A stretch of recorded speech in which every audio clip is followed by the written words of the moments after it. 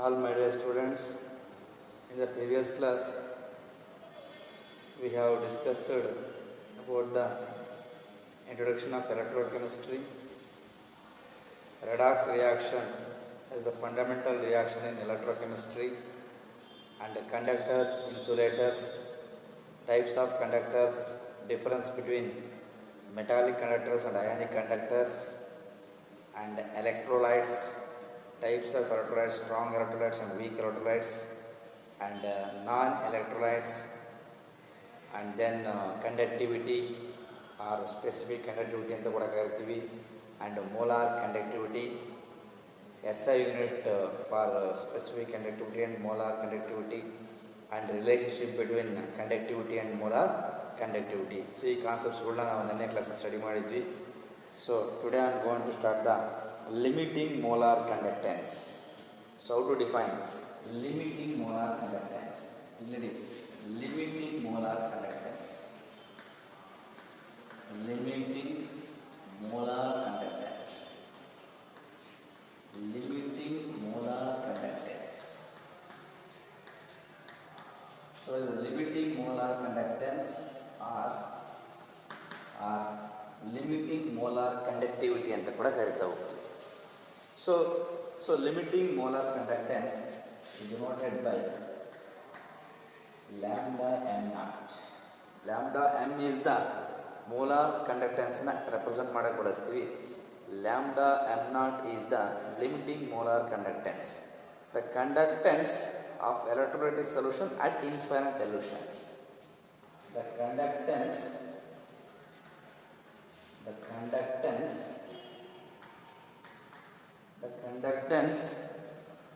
of electrolytic solution. The conductance of electrolytic solution. The conductance of electrolytic solution at infinite dilution. At infinite dilution, so is called as limiting molar conductance. ನೋಡಿ, how to define limiting molar conductance ಅಂತ ಹೇಳಿದ್ರೆ, the conductance of electrolytic solution at infinite dilution. So dilution is negligible, infinity. So infinite dilution word ಬಂತು ಅಂದರೆ that we can call it as the limiting molar conductance. The conductance of electrolytic solution at infinite dilution is called as the limiting molar conductance ಅಂತ ಹೇಳ್ತೀವಿ. So ಇದು very important. Limiting molar ಕಂಡಕ್ಟೆನ್ಸ್ನ ನಾವು ಒಂದು ಲಾದಲ್ಲಿ next ಒಂದು law ಬರುತ್ತೆ, ಆ ಲಾದಲ್ಲಿ ಬಳಸ್ಕೊಳ್ತೀವಿ. That law is called Kohlrausch's law ಅಂತ ಬರುತ್ತೆ. ಆ ಲಾದಲ್ಲಿ ನಾವು ಹೇಳ್ತಾ ಹೋಗ್ತೀವಿ ಲಿಮಿಟಿಂಗ್ ಮೋಲಾರ್ ಕಂಡಕ್ಟೆನ್ಸ್ ಏನಾಗುತ್ತೆ ಅಂತ. ಸೊ ನಾವು ಅಲ್ಲಿ ಹೇಳ್ತಾ ಹೋಗ್ತೀವಿ ಕಾರ್ಲ್ ರಾಷಸ್ ಲಾದಲ್ಲಿ ಈ ಲಿಮಿಟಿಂಗ್ ಮೋಲಾರ್ ಕಂಡಕ್ಟೆನ್ಸ್ ಬೇಕು. ಸೊ ಲಿಮಿಟಿಂಗ್ ಮೋಲಾರ್ ಕಂಡಕ್ಟೆನ್ಸ್ ಅಂತ ಹೇಳಿದ್ರೆ the conductance of electrolytic solution at infinite. ಈ ವರ್ಡ್ ಬೇಕೇ ಬೇಕು. ಅಟ್ ಇನ್ಫೈನೈಟ್ ಡೈಲ್ಯೂಷನ್ ಅಂತ ಹೇಳ್ತೀವಿ. ಎಂಡ್ಲೆಸ್, ಎಂಡೇ ಇಲ್ಲ. At infinite dilution, so that we can call it as the limiting molar conductance. The conductance of electrolytic solution at infinite dilution is called as the limiting molar conductance ಅಂತ ಕೂಡ ಕರೀತಾ ಹೋಗ್ತೀವಿ. So next is electrolysis. Next process ಬಂದ್ಬಿಟ್ಟು electrolysis.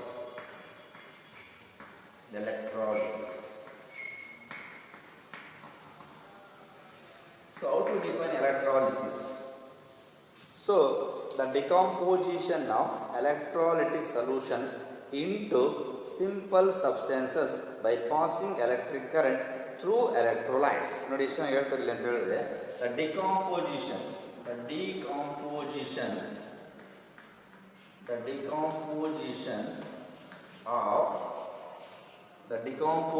of electrolytes. The decomposition of electrolytes into simpler substances.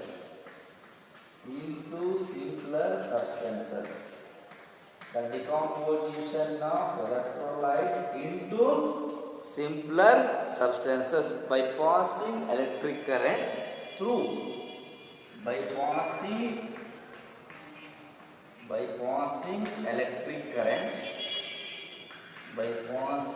electric current electric current through electrolytes, by passing electric current through electrolytes, through electrolytes, through electrolytes. That we can call it as the electrolysis. Nodi, what is electrolysis? The decomposition of electrolytes like NaCl. This is sodium chloride example. This is a sodium chloride is an electrolyte. This can be decomposition into give simple ions like Na plus and Cl minus ions by the influence of the electric current through the electrolyte. So electric current ಅನ್ನು pass ಮಾಡಿದಾಗ this is aqueous solution of sodium chloride. It will undergo decomposition to give simple ions. Simple ions called sodium cation and chloride is the anion. So ಹಾಗಾಗಿ ಒಂದು ಎಲೆಕ್ಟ್ರೋಲೈಟ್ಗೆ ಕರೆಂಟನ್ನು apply ಮಾಡಿದಾಗ ಅಲ್ಲಿ ಇರ್ತಕ್ಕಂಥ electrolyte simple substance ಆಗುತ್ತೆ. So that we can call it as the electrolysis ಅಂತ ಕರೀತೇವೆ. ಅಂದರೆ it is a process of decomposition of electrolytes into simple substances by passing electric current through them. Passing electric current through the electrolyte. This is an electrolyte. ಈ sodium chloride ಅನ್ನೋದು ಒಂದು ಎಲೆಕ್ಟ್ರೋಲೈಟು. ಇದಕ್ಕೆ ನಾವು ಕರೆಂಟನ್ನು apply ಮಾಡಿದಾಗ ಇದೇನಾಗುತ್ತಪ್ಪ ಅಂತ ಹೇಳಿದ್ರೆ decompose ಆಗಿಬಿಟ್ಟು ಅಯನ್ಸನ್ನು ಕೊಡುತ್ತೆ. ಒಂದು ಕ್ಯಾಟಯನ್ ಮತ್ತೊಂದು ಆನಯನ್ Na ಪ್ಲಸ್ ಮತ್ತು Cl ಮೈನಸ್ ಅಂತ ಕರೀತಾರೆ. That is called as the electrolysis. ನೋಡಿ, ಎರಡು ಪ್ರೋಸೆಸ್ಸು ಕೂಡ ಭಾಳ ಇಂಪಾರ್ಟೆಂಟು. ಒಂದು ಪ್ರೋಸೆಸ್ಸು ಲಿಮಿಟಿಂಗ್ ಮೋಲಾರ್ ಕಂಡಕ್ಟೆನ್ಸ್ ಕೂಡ ಬಂದಿದೆ. ಸೊ ನೆಕ್ಸ್ಟ್ ಇನ್ನೊಂದು ಯಾವುದಪ್ಪ ಅಂತ ಹೇಳಿದ್ರೆ ಎಲೆಕ್ಟ್ರೋಲಿಸಿಸ್. ಇನ್ಫೈನೈಟ್ ಡೈಲ್ಯೂಷನ್ ವರ್ಡನ್ನು ಬಳಸ್ಕೋಬೇಕು. ಅದಕ್ಕೆ limiting molar conductance denoted by lambda, denoted by lambda naught M ಅಂತ ಕೂಡ ಕರೀತಾ ಹೋಗ್ತೀವಿ. ಇನ್ನೊಂದು ಕಾನ್ಸೆಪ್ಟ್ ಯಾವುದಪ್ಪ ಅಂದರೆ ಎಲೆಕ್ಟ್ರೋಲಿಸಿಸ್ ಅಂತ ಕರಿತೀವಿ. ಇಲ್ಲಿ decomposition of electrolytes into simple substances by applying electric current through the electrolytes ಅಂತ ಕೂಡ ಹೇಳ್ತೀವಿ. That we can call it as the electrolysis ಅಂತ ಕೂಡ ನಾವು ಹೇಳ್ತೇವೆ. So will move on to the next concept ಬಂದ್ಬಿಟ್ಟು ಈ ಸೆಲ್ಸ್ ಬಗ್ಗೆ ಮಾತಾಡೋಣ. ಈ ಸೆಲ್ಸ್ ಅಂತ ಬರುತ್ತೆ, ಅದರಲ್ಲಿ ಗ್ಯಾಲ್ವಾನಿಕ್ ಸೆಲ್ಸು ಮತ್ತು ವೋಲ್ಟಾಯಿಕ್ ಸೆಲ್ಸ್ ಅಂತ ಬರುತ್ತೆ. ಸೊ ಅದನ್ನು ಸ್ವಲ್ಪ ನಾವು ಟಚ್ ಮಾಡ್ಕೊಂಡು ಹೋಗೋಣ ಚೆನ್ನಾಗಿ. ಇಲ್ಲಿ ನೋಡಿ, ಒಂದು ನೆಕ್ಸ್ಟ್ ಕಾನ್ಸೆಪ್ಟ್ ಈಸ್ ಸೆಲ್ಸ್ ಬರುತ್ತೆ. ಗ್ಯಾಲ್ವಾನಿಕ್ ಸೆಲ್ಸ್ ಅಂತ ಕೂಡ ಕರೀತಾರೆ. ಇದನ್ನು ವೋಲ್ಟಾಯಿಕ್ ಸೆಲ್ಸ್ ಅಂತ ಕೂಡ ಹೇಳ್ತಾರೆ. Voltaic cells. So galvanic cells or voltaic cells ಅಂತ ಕೂಡ ಹೇಳ್ತೀವಿ. So how to define galvanic cells. Galvanic cells ಅಂದರೆ ಏನು ಮತ್ತು ವೋಲ್ಟಾಯಿಕ್ ಸೆಲ್ಸ್ ಅಂದರೆ ಏನಪ್ಪ ಅಂತ ಹೇಳಿದ್ರೆ, electrochemical cells in which chemical energy is converted into electrical energy. So what is the main process ಅಂತ ಹೇಳಿದ್ರೆ, these are the electrochemical cells in which the chemical energy is converted into the electrical energy. ನೋಡಿ, so galvanic cells ಅಲ್ಲಿ here chemical energy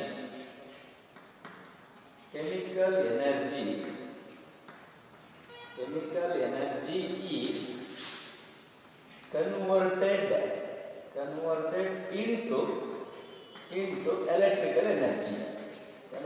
into electrical energy.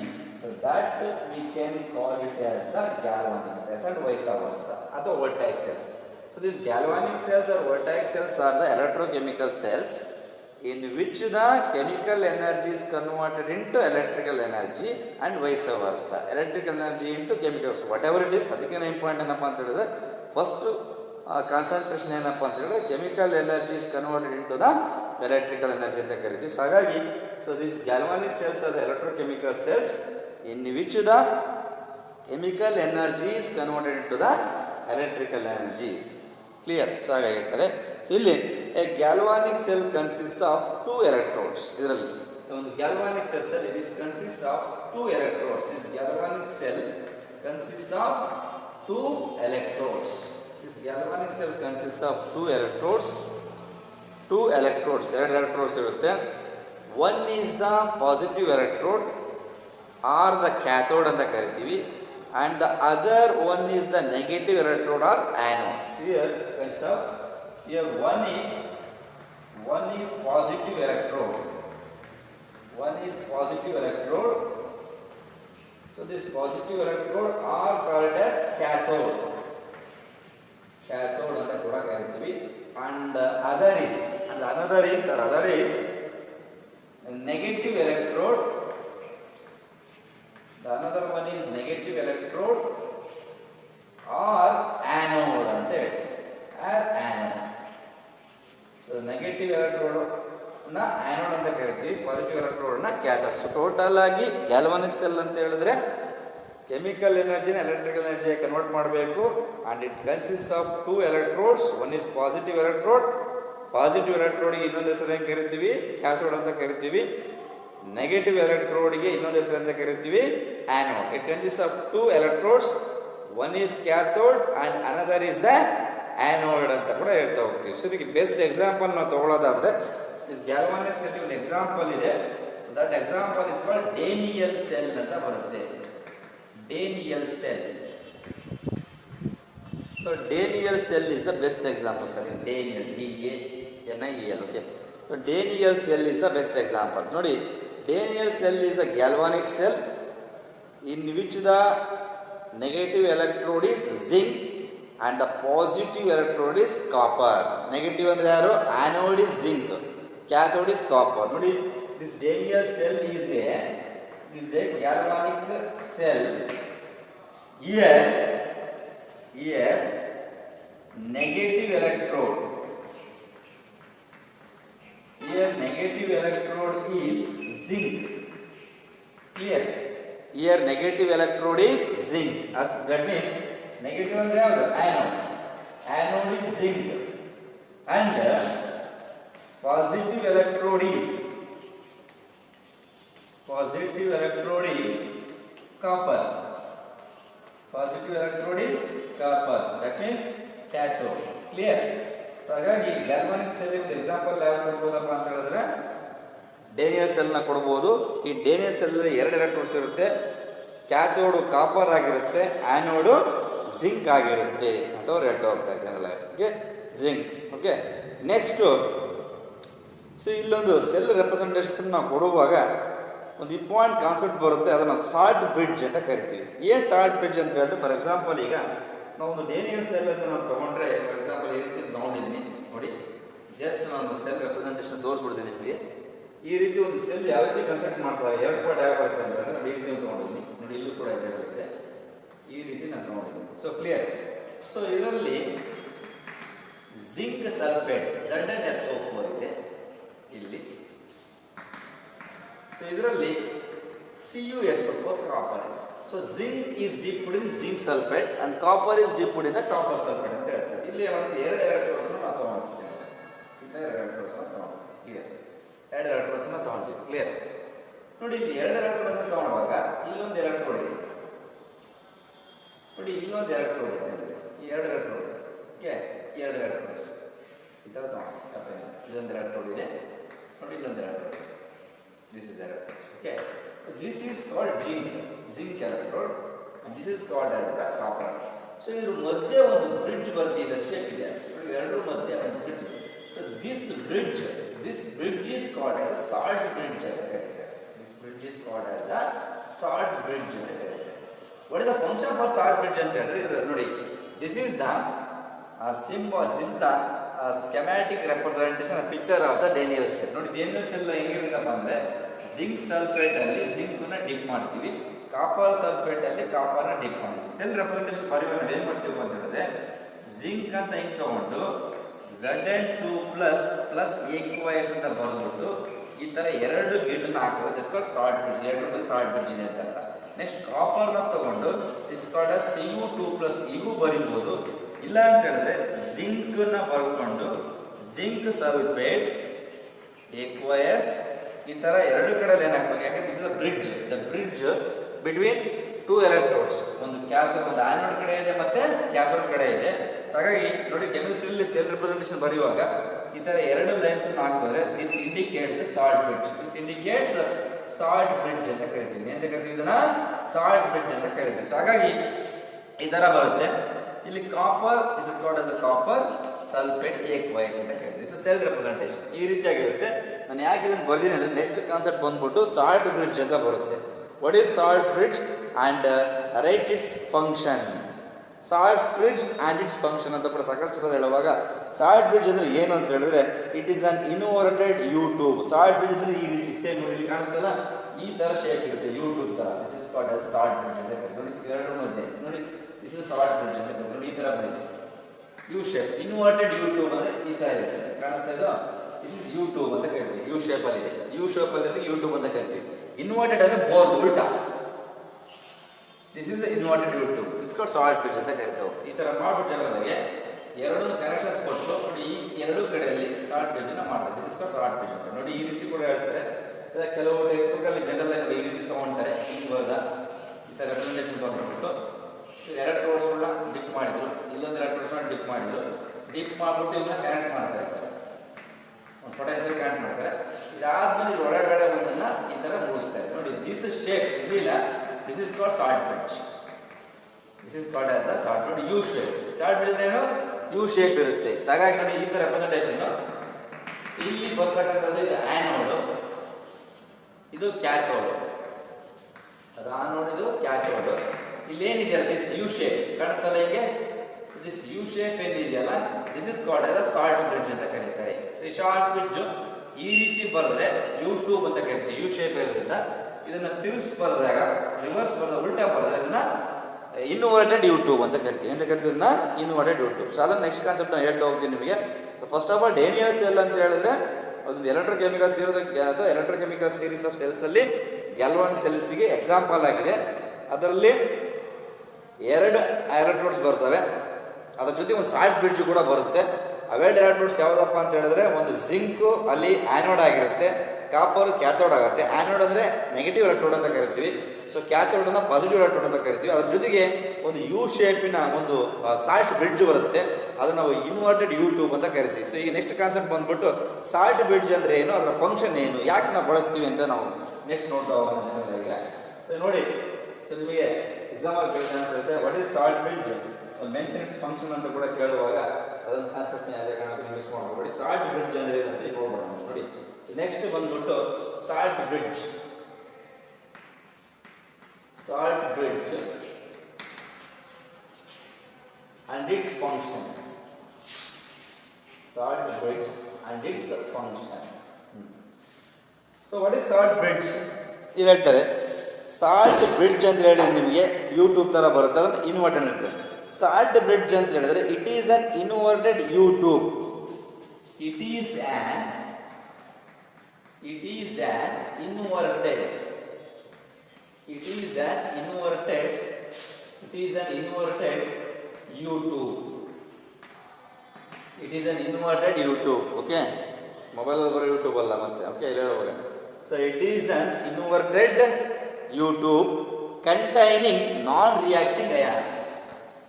Containing non reacting ions. Containing non-reacting ions. So it is an inverted YouTube containing non-reacting ions such as K plus and Cl minus. ಅದನ್ನು saturated solution of potassium chloride ಅಂತ ಕರಿತೀವಿ. ಯಾವುದೇ ಕಾರಣ K plus ions ಮತ್ತು Cl minus ಇದು ಕೂಡ ಹೇಳ್ತಾ ಹೋಗ್ತಿದ್ದಾನೆ.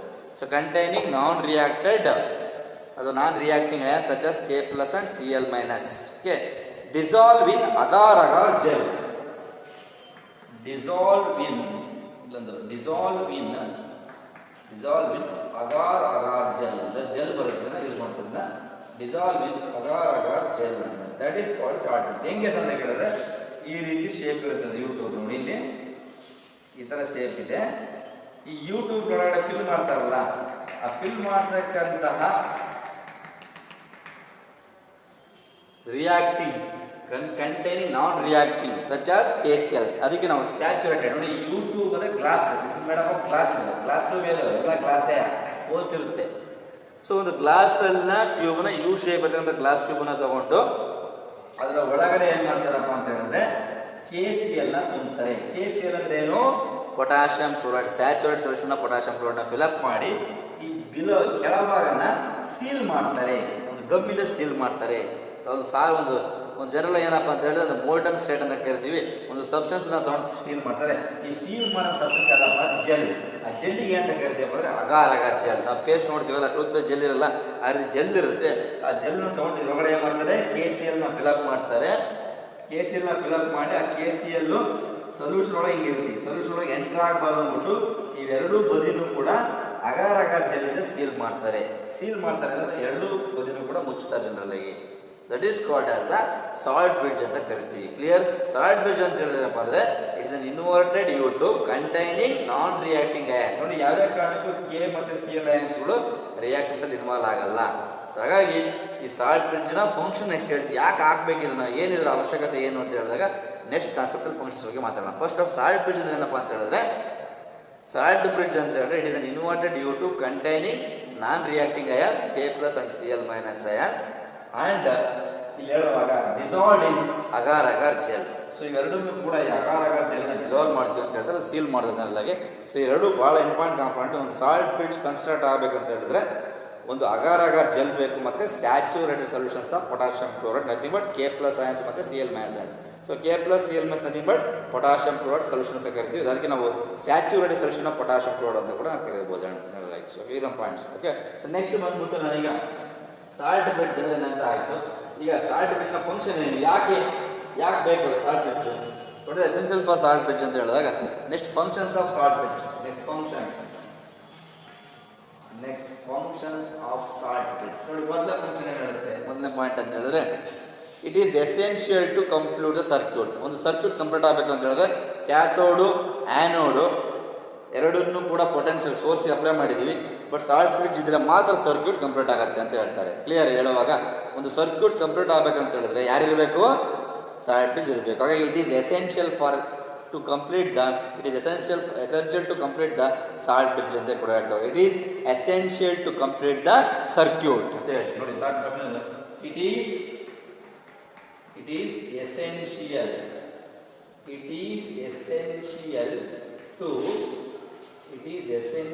to complete the circuit. It is essential to complete the circuit. ನೋಡಿ, ಸರ್ಕ್ಯೂಟ್ನ ಕಂಪ್ಲೀಟ್ ಮಾಡೋಕ್ಕೆ ಇವ್ರು ಬೇಕು. ಮೊದಲನೇ point, it is essential to complete the circuit. ಎರಡನೇ point, it allows ion migration between the two solutions of cell ಅಂತ ಹೇಳಿ. So ion migrations ಆಗುವಾಗಲೂ ಕೂಡ it allows the ion migration between the two compartment like cathode compartment and anode compartment. ಎರಡನೇ point ಹೇಳ್ಕೊಂಡು ಹೋಗ್ಬೋದು. So ಇನ್ನು it minimizes the liquid junction potential. ಇನ್ನೊಂದು ಭಾಳ important ಏನಂದರೆ it minimizes the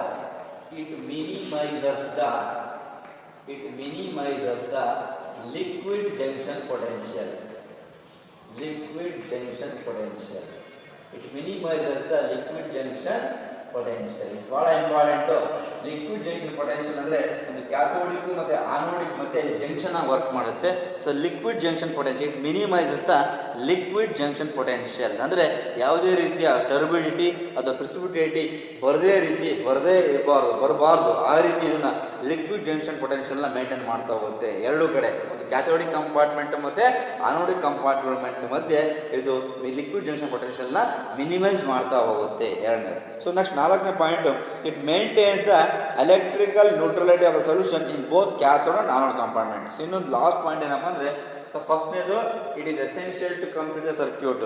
ಎರಡನೇದು it minimises the liquid junction potential. ಮೂರನೇದು it maintains the electrical neutrality between both cathode and anode compartment. Anode ಮತ್ತು ಕ್ಯಾಥೋಡ್ ಕಂಪಾರ್ಟ್ಮೆಂಟ್ಗಳ ಮಧ್ಯ ಎಲೆಕ್ಟ್ರಿಕಲ್ ನ್ಯೂಟ್ರಲಿಟಿನ ಮೇಂಟೈನ್ ಮಾಡ್ತಾ ಹೋಗುತ್ತೆ. ಎರಡು ಪಾಯಿಂಟ್ ನೆನ್ಪಿಟ್ಕೊಂಡ್ರೆ well and good. Clear?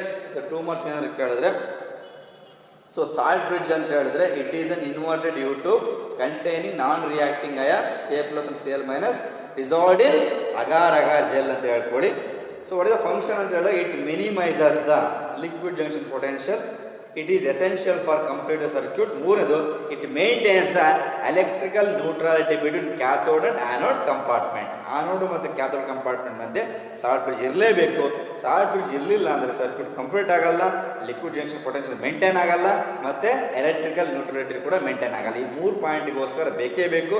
Circuit complete ಆಗಬೇಕು ಅಂದರೆ ಸಾಲ್ಟ್ ಬ್ರಿಡ್ಜ್ ಬೇಕು, ಲಿಕ್ವಿಡ್ ಜಂಕ್ಷನ್ ಪೊಟೆನ್ಷಿಯಲ್ ಮಿನಿಮೈಸ್ ಆಗಬೇಕಂತ ಹೇಳಿದ್ರೆ ಸಾಲ್ಟ್ ಬ್ರಿಡ್ಜ್ ಬೇಕು.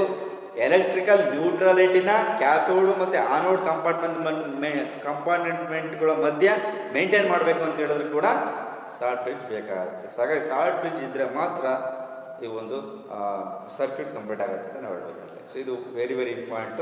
ಸಾಲ್ಟ್ ಬ್ರಿಡ್ಜ್ ಬಗ್ಗೆ ನಾವು ಕ್ಲಿಯರ್ ಮಾಡ್ಬೋದು. Last one is symbolic representation of Daniell cell. So Daniell cell symbol ಯಾಕೆ ಬರೀತಾರೆ? ಹೇಳಿದಲ್ಲ ಸೇಮ್ ಅಂತ ಸಿಂಬಾಲಿಕ್ ರೆಪ್ರೆಸೆಂಟ್ ಎಲ್ಲದೂ ಕೂಡ ಎಲಿಮೆಂಟ್ರಿ ಐಡಿಯಾ ಅಂತ ಕೂಡ ಹೇಳಿದ್ದಾರೆ ನಿಮಗೆ ಸಿಲೆಬಸ್ಸಲ್ಲಿ. ಈ ಕೆಲವೊಂದು ಕಾನ್ಸೆಪ್ಟ್ ಹೇಳ್ಬಿಡ್ತೀನಿ. ಎಲೆಕ್ಟ್ರೋಕೆಮಿಸ್ಟ್ರಿಯಲ್ಲಿ 30% ಸಿಲೆಬಸ್ ಏನು ರೆಡ್ಯೂಸ್ ಮಾಡಿದಾರಲ್ಲಿ ಎಲೆಕ್ಟ್ರೋಕೆಮಿಸ್ಟ್ರಿ ಏನಪ್ಪ ಅಂತ ಹೇಳಿದ್ರೆ ಕರೋಜನ್ ಬಿಟ್ಟಿದ್ದಾರೆ, ಆಮೇಲೆ ಹೈಡ್ರೋಜನ್ ಫ್ಯೂಯಲ್ ಸೆಲ್ಸನ್ನು ಬಿಟ್ಟಿದ್ದಾರೆ, ಲೆಡ್ ಅಕ್ಯುಮಿನೇಟರೀಸ್, ಲೆಡ್ ಆಸಿಡ್ ಬ್ಯಾಟ್ರಿ ಕೂಡ ಬಿಟ್ಟಿದ್ದಾರೆ ಜನರಲ್ಲಾಗಿ. ಸೊ ಅದ್ರ ಜೊತೆ ಕೆಲವೊಂದು ಕಾನ್ಸೆಪ್ಟ್ಸ್ಗಳು ಮೊದಲು ಕೂಡ ಡಿಲೀಟ್ ಮಾಡಿದ್ದಾರೆ ಜನರಲ್ಲಾಗಿ, ಕೆಲವೊಂದು ಮಾತ್ರ ಇಟ್ಟಿದ್ದಾರೆ. ಸೊ ಅದನ್ನು ನಾವು ಹೇಳ್ತಾ ಹೋಗ್ತೀವಿ ಜನರಲ್. ಸೊ ಅಲ್ಲಿ ಕರೋಜನ್ ಬರಲ್ಲ. ಸೊ ಮತ್ತು ಬ್ಯಾಟ್ರೀಸ್ ಅಂತ ಬಂದಾಗ ಸೆಕೆಂಡ್ರಿ ಬ್ಯಾಟ್ರಿ ಅಂತ ಬರುತ್ತೆ, ಅದನ್ನು ಕೂಡ ಬಿಟ್ಟಾಕಿದ್ದಾರೆ. ಮತ್ತು ಇನ್ನೊಂದು ಫ್ಯೂಯಲ್ ಸೆಲ್ಸ್ ಅಂತ ಬರುತ್ತೆ, ಹೈಡ್ರೋಜನ್ ಮತ್ತು ಆಕ್ಸಿಜನ್ ಫ್ಯೂಯಲ್ ಸೆಲ್ ಅಂತ ಬರುತ್ತೆ, ಅದನ್ನು ಕೂಡ ಡಿಲೀಟ್ ಮಾಡಿದ್ದಾರೆ. ಸೊ ಇದನ್ನು ಮಾತ್ರ ನಾವು ಹೇಳ್ಕೊಳ್ತೀವಿ. ಸೆಲ್ಸ್ಗಳು ಹೇಳ್ತೀವಿ, ಅದ್ರ ಸ್ವಲ್ಪ ಅಷ್ಟು ಪೊಟೆನ್ಷಿಯಲ್ಸ್ ಬಗ್ಗೆ ಹೇಳ್ತೀವಿ. ಆ ಪೊಟೆನ್ಷಿಯಲ್ಗಳು ಆದಮೇಲೆ ನರಸ್ಟ್ ಈಕ್ವೇಷನ್ ಕೂಡ ಹೇಳ್ತೀವಿ. ಇನ್ನೊಂದು ಬಿಟ್ಟಿದ್ದಾರೆ ಲಾಸ್ ಆಫ್ ಎಲೆಕ್ಟ್ರೋಲಿಸಿಸ್, ಅದನ್ನು ಕೂಡ ಬಿಟ್ಟಿದ್ದಾರೆ. ಫ್ಯಾರಡೇಸ್ ಫಸ್ಟ್ ಲಾ, ಸೆಕೆಂಡ್ ಲಾ, ಅದನ್ನು ಕೂಡ ಡಿಲೀಟ್ ಮಾಡಿದ್ದಾರೆ ಜನರಲ್. ಇಷ್ಟು ಕಾನ್ಸೆಪ್ಟ್ಗಳನ್ನ ಬಿಟ್ಟಿರೋದ್ರಿಂದ ಸೊ ಅದೆಷ್ಟು ಇದೆ ಅಷ್ಟು ನಾವು ಹೇಳ್ಕೊಳ್ತಾ ಹೋಗ್ತೀವಿ. ಸೊ ಈಗ last one symbolic representation of Daniell cell. So Daniell cell ಯಾವ ರೀತಿ ಬರೀತೀರ ನೆಕ್ಸ್ಟ್ ಸಿಂಬಾಲಿಕ್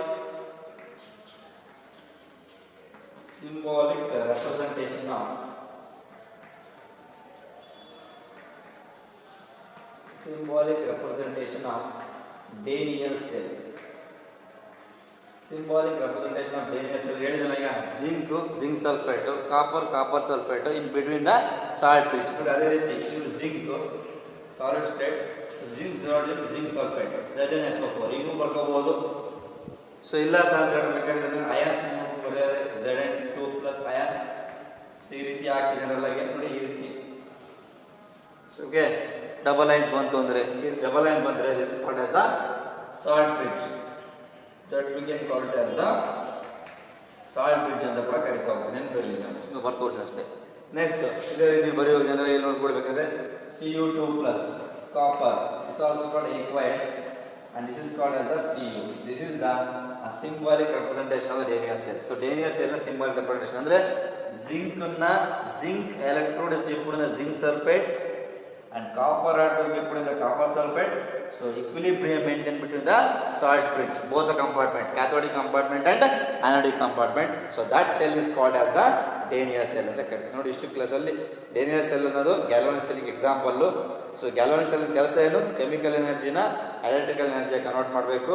ಎರಡು ಎಲೆಕ್ಟ್ರೋಡ್ಸ್ ಬರುತ್ತೆ, ಕ್ಯಾಥೋಡು ಮತ್ತು ಆ್ಯನೋಡು. ಅದರೊಳಗಡೆ ಮತ್ತೊಂದು ಏನು ಬರುತ್ತೆ ನಿಮಗೆ ಸಾಲ್ಟ್ ಬ್ರಿಡ್ಜ್ ಅಂತ ಬರುತ್ತೆ. ವೆರಿ ವೆರಿ ಇಂಪಾರ್ಟೆಂಟ್ ಕಾನ್ಸೆಪ್ಟ್ ಅಂತ ಹೇಳಿದ್ರೆ ಸಾಲ್ಟ್ ಬ್ರಿಡ್ಜ್ ಅಂದರೆ ಏನು ಮತ್ತು ಸಾಲ್ಟ್ ಬ್ರಿಡ್ಜ್ನ ಫಂಕ್ಷನ್ಸನ್ನು ಸಾಕಷ್ಟು ಸಲ ಕೇಳ್ತಾ ಇರ್ತಾರೆ. So what are the functions for salt bridge ಅಂತ ಹೇಳಿದ್ರೆ ಹೇಳಿ ನಿಮಗೆ it essential to complete the circuit, it minimizes the liquid junction potential, it maintains the electrical neutrality between the cathodic and anodic compartment ಅಂತ ಕೂಡ ನಾವು ಕರಿತೀವಿ. ಇಷ್ಟು ನೋಡ್ಕೊಂಡ್ರೆ well and good. So will move on to the next concept ಬಂದ್ಬಿಟ್ಟು ಒಂದು law ಬರುತ್ತೆ, that is called Kohlrausch's law.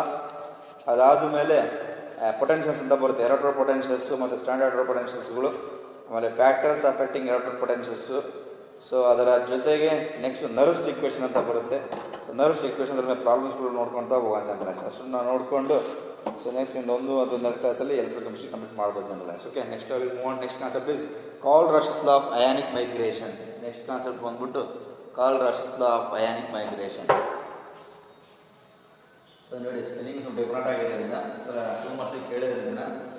So Kohlrausch's law of ionic migrations ಅಂತ ಬರುತ್ತೆ. Next is Kohlrausch's, KOHL, ಕಾಲ್-ರಾಶಿಸ್,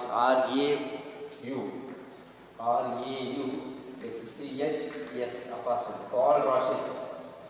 ಕಾಲ್-ರಾಶಿಸ್ law of ionic migration. Kohlrausch's law of ionic migration. Kohlrausch's law of ionic migration. ನೋಡಿ ionic migration ಅಂತ ಹೇಳಿದ್ರೆ cation ಮತ್ತೊಂದು ಯಾವ್ದು ಬರುತ್ತೆ, anions. Very very important.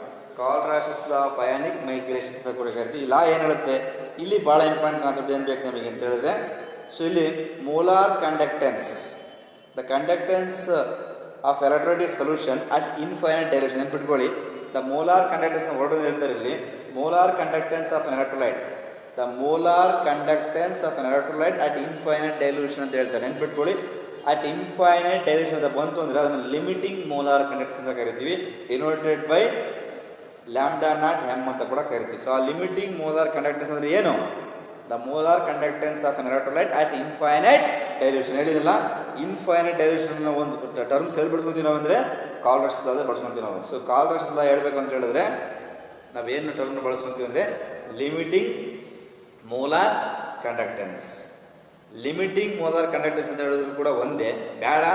The molar conductance of an electrolyte at infinite dilution is the sum of the contributions of the cation and anion of the electrolyte is called as the Kohlrausch law of ionic migration. ಈಗ ಹೇಳ್ಬೋದು, ಇಲ್ಲ ಅಂತ ಹೇಳಿದ್ರೆ the limiting molar conductance is the sum of the contributions of cations and anions in the electrolyte is called as the Cauchy law of ionic migration. ಹೇಳ್ಬೋದಾ? ನೋಡಿ statement ಏನು ಹೇಳ್ತಾರಪ್ಪ ಅಂದರೆ ಇಲ್ಲಿ ಹೇಳುವಾಗ the molar conductance of an electrolyte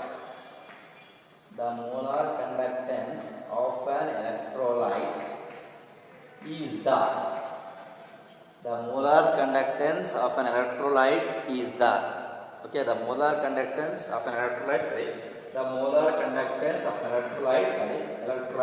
at infinite dilution ನೋಡಿ same ನೋಡಿ ಈಗೂ ಹೇಳ್ಬೋದು the molar conductance of an electrolyte at infinite dilution ಅಥವಾ the limiting molar conductance is the continue ನೋಡಿ ಈ ತರ the molar conductance of an electrolyte at infinite dilution or the limiting molar conductance is the sum of the contributions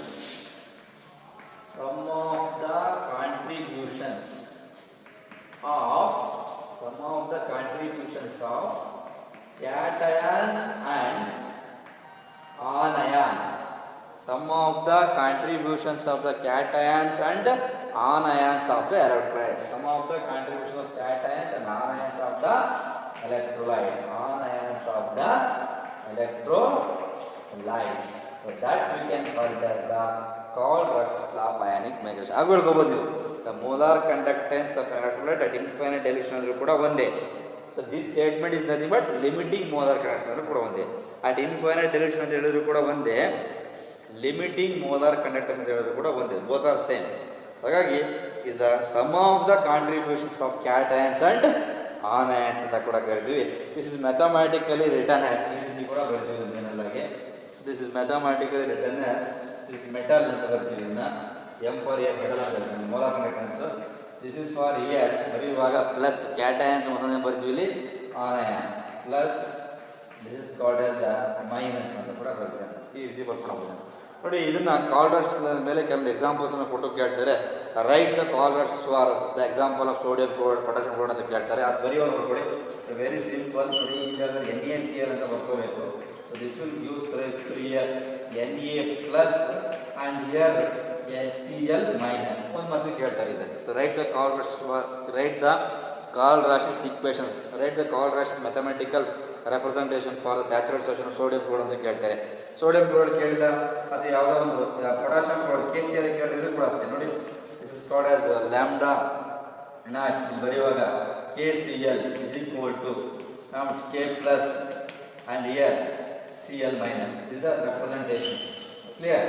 So molar conductance, the limiting molar conductance is the sum of the cations and anions, sum of the contributions of the cations and anions in the electrolyte. Electrolytes na cations ಮತ್ತು anions na ಸಮಿಗೆ ಸಮ ಆಗಿರುತ್ತೆ. That we can call it as the Cauchy law of the ionic migrations. Very very important. This is the mathematical representation ಅಂತ ಹೇಳ್ತೀವಿ. Okay. So mathematical representation ಏನಪ್ಪ ಅಂತಂದರೆ lambda naught M is equal to lambda naught cation plus lambda naught anion ಅಂತ ಕರಿತೀವಿ.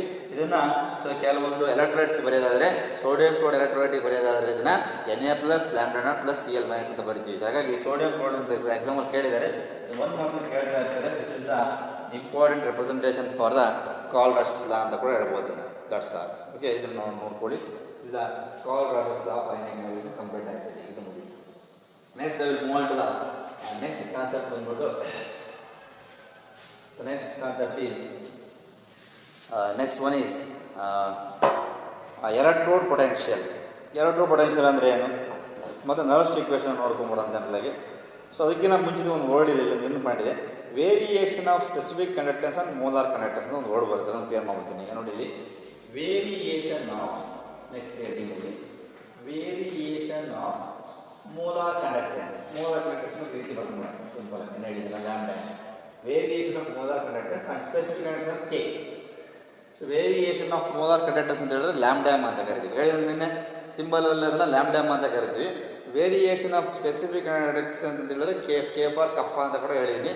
So variation of specific ಕಂಡಕ್ಟೆನ್ಸ್ನ K ಅಂತ ಕೂಡ ಬರ್ಕೊತೀನಿ. So variation of specific conductance of molar conductance with dilution of any electrolyte with dilution of any electrolyte. ನೋಡಿ ಇಲ್ಲಿ ಏನು variation ಆಗುತ್ತೆ, variation of molar conductance and specific conductance with dilution ಅಂತ ಹೇಳ್ತಾರೆ. ಸೊ ಮೋಲಾರ್ ಕಂಡಕ್ಟೆನ್ಸ್ ಇನ್ಕ್ರೀಸ್ ಆಗುತ್ತೆ dilute ಮಾಡಿದ್ರೆ. Dilution ಜಾಸ್ತಿ ಮಾಡಿದ್ರೆ ವಾಟ್ ಹ್ಯಾಪನ್ಸ್, ಡೈಲ್ಯೂಷನ್ ಜಾಸ್ತಿ ಮಾಡ್ತಾ ಹೋದರೆ ಮೋಲಾರ್ ಕಂಡಕ್ಟೆನ್ಸ್ ಏನಾಗುತ್ತೆ, ಡಿಕ್ರೀಸ್ ಆಗುತ್ತೆ, ಇನ್ಕ್ರೀಸ್ ಆಗುತ್ತೆ. ಸೊ ಡೈಲ್ಯೂಷನ್ಸನ್ನು ಕಡಿಮೆ ಅದು ಜಾಸ್ತಿ ಮಾಡ್ತಾ ಹೋದರೆ ಸ್ಪೆಸಿಫಿಕ್ ಕಂಡಕ್ಟೆನ್ಸ್ ಏನಾಗುತ್ತೆ ಅಂತ ವರ್ಡ್ ಹೇಳ್ತಾರೆ. ಇಲ್ಲಿ ಪಾಯಿಂಟ್ ಹೇಳ್ಬಿಡ್ತೀನಿ, specific conductance decreases upon dilution. Dilution ಜಾಸ್ತಿ ಮಾಡ್ತಾ ಹೋದರೆ ಸ್ಪೆಸಿಫಿಕ್ ಕಂಡಕ್ಟೆನ್ಸ್ ಡಿಕ್ರೀಸ್ ಆಗುತ್ತೆ. ಸೊ ಮೋಲಾರ್ ಕಂಡಕ್ಟೆನ್ಸ್ ಏನಾಗುತ್ತೆ, ಇನ್ಕ್ರೀಸ್ ಆಗುತ್ತೆ. ಒಂದು ವರ್ಡ್ ನೆನಪಿಟ್ಕೊಂಡ್ರಿ, specific conductance decreases on dilution. ಇದೊಂದು ವರ್ಡ್ ನೆನಪಿಟ್ಕೊಳ್ಬೋದು, very clear. So dilution increase ಮಾಡಿದ್ರೆ ಸ್ಪೆಸಿಫಿಕ್ ಕಂಡಕ್ಟೆನ್ಸ್ ಡಿಕ್ರೀಸ್ ಆಗುತ್ತೆ. ಅದೇ ರೀತಿ ಸೊ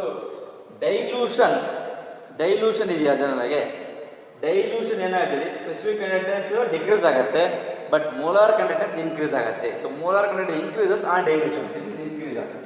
ಈ ವರ್ಡ್ ನೆನಪಿಟ್ಕೊಂಡು ಮರಿಬೇಡಿ, ಇನ್ಕ್ರೀಸಸ್ ಆನ್ ಡೈಲ್ಯೂಷನ್. ಈ ವರ್ಡ್ ಎರಡೂ ಕೂಡ ವೆರಿ ವೆರಿ ಇಂಪಾರ್ಟೆಂಟ್. ನೋಡಿ, so molar conductance means what, 2 to ions. So ನಾವು ಹೇಳ್ತೀವಿ 1 ಲೀಟ್ರು 2 ಲೀಟ್ರು. ಸೊ ಡೈಲ್ಯೂಷನ್ ಜಾಸ್ತಿ ಮಾಡ್ತಾ ಹೋದರೆ ಸ್ಪೆಸಿಫಿಕ್ ಕಂಡಕ್ಟಿವಿಟಿ ಡಿಕ್ರೀಸ್ ಆಗುತ್ತೆ. That means specific conductance decreases. Dilution ಜಾಸ್ತಿ ಮಾಡ್ತಾ ಹೋದರೆ molar conductivity increases. That means the specific conductivity is inversely related. Clear? That is. So this molar conductance is directly related. Clear? So here conductance increases upon dilution. Dilution increases, conductance also increases in case of molar conductance. Dilution increases, conductance decreases on specific conductance. Specific conductance ಅಲ್ಲಿ conductance decrease ಆಗುತ್ತೆ dilution ಜಾಸ್ತಿ ಆದರೆ. Molar conductance ಅಲ್ಲಿ ಎರಡೂ ಕೂಡ ಅದು ಜಾಸ್ತಿ ಇದು ಜಾಸ್ತಿ ಆಗುತ್ತೆ. ಇಷ್ಟು ನೆನ್ಪಿಟ್ಕೊಂಡ್ರೆ ಸಾಕು. Specific conductance decreases on dilution, molar conductance increases on dilution. This is the variation of specific and molar conductance at dilutions ಅಂತ ನೆನ್ಪಿಟ್ಕೊಂಡ್ರೆ ಸಾಕು. Very very. So next one is electrode potential. Next one is electrode potential.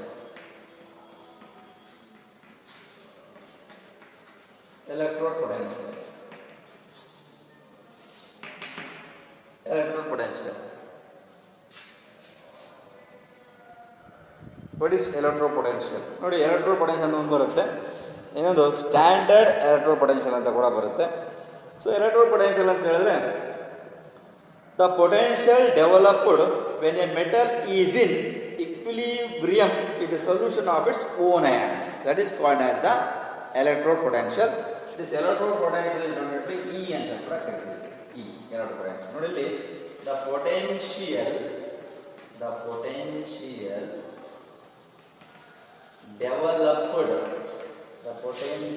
developed The potential developed when a metal is in equilibrium. The potential developed when a ನೋಡಿ metal ಅಂತ ಕೂಡ ಹೇಳ್ತೀವಿ ಅಥವಾ electrode. Very good, ತಪ್ಪೇನಿಲ್ಲ. Metal piece nothing but metal rod or metal piece nothing but electrode ಅಂತಾನೆ. Metal piece ಅಂದ್ರೂ ಒಂದೇ, metal rod ಅಂದ್ರೂ ಕೂಡ ಒಂದೇ, ಎಲೆಕ್ಟ್ರೋಡ್ ಅಂದ್ರೂ ಕೂಡ ಒಂದೇ. ನೋಡಿ, the potential developed when a electrode or when a metal is in equilibrium. Is in equilibrium. Is in equilibrium. Is in equilibrium with its own ions. Is in equilibrium with its own ions. So that we can call it as the electrode potential. So electrode potential is the potential developed between the electrons when contact with its own ions. That we can call it as the electrode potential ಅಂತ ಕರಿತಾ ಹೋಗ್ತೀವಿ. ಇದೊಂದು point ನೆನಪಿರಲಿ ನಿಮಗೆ. The potential developed when a metal or a electrode or a metal piece or a metal rod is in equilibrium with its own ions is called as the electrode potential ಅಂತ ಕರಿತಾ ಹೋಗ್ತೀವಿ. ಇನ್ನೊಂದು ಬರುತ್ತೆ standard electrode potential. Same ನೋಟ್ಸನ್ನು copy ಮಾಡ್ಕೊಳ್ಳಿ. So they have to maintain some conditions at 298 Kelvin temperature and pressure should be 1 atmosphere. That we can call it as the standard electrode potential ಅಂತ ಕರಿತೀವಿ. Standard ಅಂತ ನೋಡಿ, next point ಬಂದ್ಬಿಟ್ಟು standard electrode potential.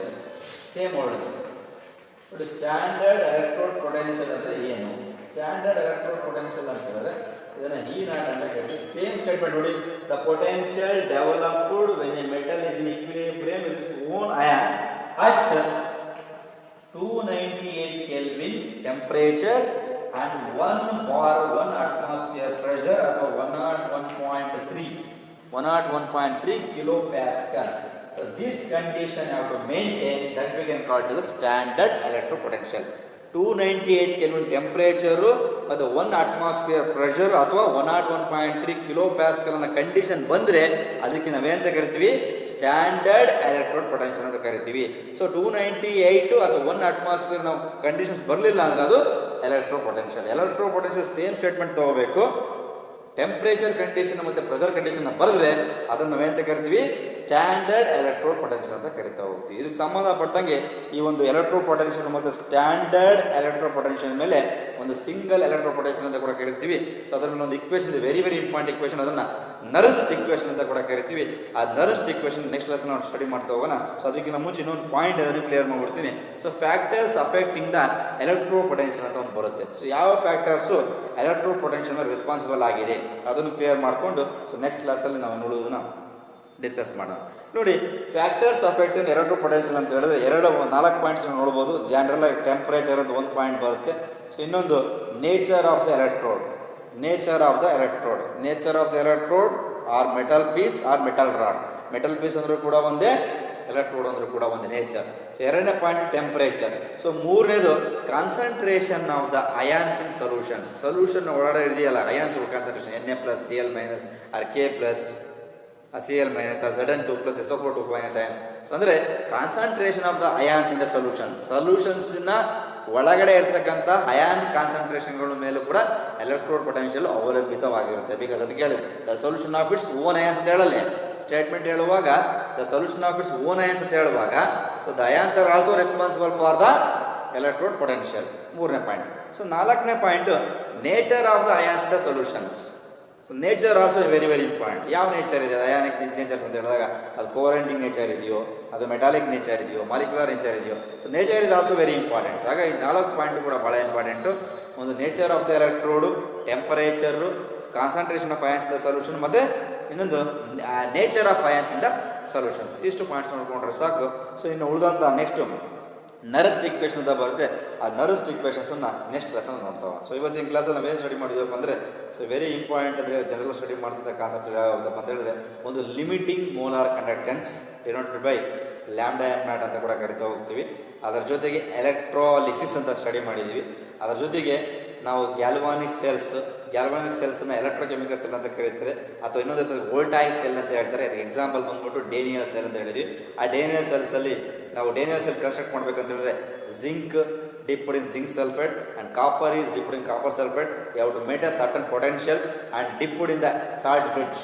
The salt bridge, the next salt bridge ಅಂದರೆ ಏನು, salt bridge function ಕೂಡ ನಾವು ಹೇಳಿದ್ವಿ. Salt bridge is essential for completing the circuit and minimizes the liquid junction potential and maintains the electrical neutrality between the two liquids, ಅದು two compartment ಅಂತ ಕರಿತೀವಿ. ಒಂದು cathode ಮತ್ತೊಂದು ಯಾವುದು ಆ್ಯನೋಡ್. ಸೊ ಅದೊಂದು ಕಾನ್ಸೆಪ್ಟು. ಅದರ ಜೊತೆಗೆ ಸ್ಟಡಿ ಮಾಡಿದ Kohlrausch's law is very very important. Kohlrausch's law, so Kohlrausch's law ನಿಮಗೆ ಏನು ಹೇಳುತ್ತೆ, ಆ ಕಾಲ್ ರಾಶಸ್ ಕೂಡ ವೆರಿ ವೆರಿ ಇಂಪಾರ್ಟೆಂಟು.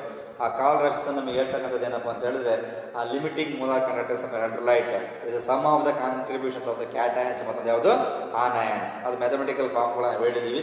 ಸೊ ಅದನ್ನು lambda M naught is equal to lambda naught plus lambda naught minus ಅಂತ ಕೂಡ ಕರಿತಾ ಹೋಗ್ತೀವಿ. ಅದು ಕ್ಯಾಟಯನ್ಸ್ ಮತ್ತು ಆನಯನ್ಸು. ಅದು NaCl ಎಕ್ಸಾಂಪಲ್ನ ಕೊಟ್ಟು ಎಕ್ಸಾಂಪಲ್ ಕೂಡ ಬರಲಿಕ್ಕೆ ಹೇಳ್ತಾರೆ. ಸೊ ಅದ್ರ ಜೊತೆಗೆ so next variation of specific conductors ಮತ್ತು molar conductors on dilution. Again same. So dilution increase ಆದರೆ specific conductors K is decrease ಆಗುತ್ತೆ. ಅದೇ ರೀತಿ ಡೈಲ್ಯೂಷನ್ ಇನ್ಕ್ರೀಸ್ ಆಯಿತು ಅಂದರೆ ಮೋಲಾರ್ ಕಂಡಕ್ಟೆನ್ಸು ಕೂಡ ಇನ್ಕ್ರೀಸ್ ಆಗುತ್ತೆ. Specific conductance inversely related, molar conductance directly related. So last one is electrode potential ಅಂದರೆ ಏನು, ವೆರಿ ಕ್ಲಿಯರ್ ಹೇಳಿದೆ ನಿಮಗೆ. Potential developed between the metals when is in contact with the same ions ಅಂತ, ಅದು own ions ಅಂತ ಕರಿತೀವಿ. Standard ಅಂತ ಹೇಳಿದ್ರೆ ಎರಡು ಕಂಡೀಷನ್ ಬರಬೇಕು, ಒಂದು ಟೆಂಪ್ರೇಚರ್ ಮತ್ತೊಂದು ಪ್ರೆಷರ್. ಟೆಂಪ್ರೇಚರ್ ಅಂದರೆ 298 ಕೆಲ್ವಿನ್ ಅಂತ ಕರಿತೀವಿ. ಪ್ರೆಷರ್ ಅಂತ ಹೇಳಿದ್ರೆ the certain value 103.1 101.3 kilo pascal ಅಥವಾ 1 ಅಟ್ಮಾಸ್ಫಿಯರ್ ಪ್ರೆಷರ್ ಕೂಡ ಬರೀಬಹುದು. Next what are the factors responsible for the electro potential ಅಂತ ಹೇಳಿದಾಗ, so nature of the electrode, temperature, concentration of ions in the solution, ಮತ್ತೊಂದು nature of the solutions like solution, nature of ions in the solutions, ಅದು ಕೂಡ important. ಇಷ್ಟೆಲ್ಲ ನಾವು study ಮಾಡಿದ್ವಿ. So next ಕ್ಲಾಸಲ್ಲಿ ನಾವು ಲಾಸ್ಟ್ ಇಕ್ವೇಷನ್ ಬಗ್ಗೆ ಮಾತಾಡೋಣ. Okay, thank you.